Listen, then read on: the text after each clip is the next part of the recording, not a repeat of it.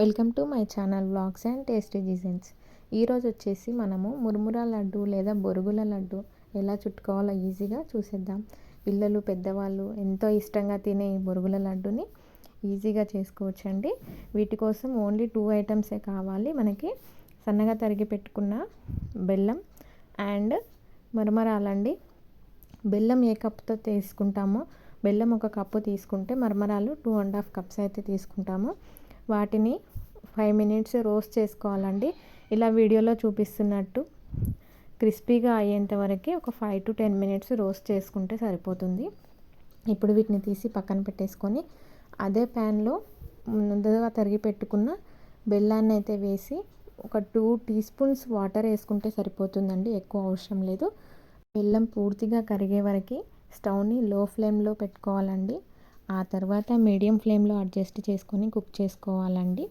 ఇందులో 1 tea spoon నెయ్యి అయితే యాడ్ చేస్తున్నానండి. ఇది పూర్తిగా ఆప్షనల్ అండి, మీ ఇష్టం. ఇప్పుడు కొద్దిగా వాటర్ తీసుకొని ఇట్లా వీడియోలో చూపిస్తున్నట్టుగా పాకాన్ని అయితే చెక్ చేసుకోవాలండి.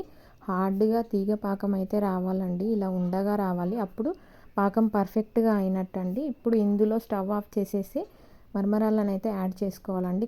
కొద్దిగా వేస్తూ బాగా కలుపుకోవాలి. ఇవి వేడిగా ఉన్నప్పుడే ఉండలు చుట్టుకోవాలండి. చల్లారిపోతే ఉండలు చుట్టడానికి రాదు.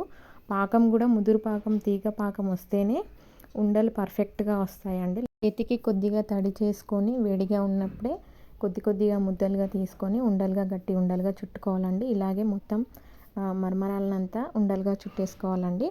ఈ పాకం చల్లారిపోతే మనం ఉండలు అయితే చుట్టుకోలేమండి. ఒకవేళ చల్లారిపోతే మళ్ళీ కొద్దిగా స్టవ్ ఆన్ చేసి కొద్దిగా వేడి అయితే చేసుకోవచ్చండి.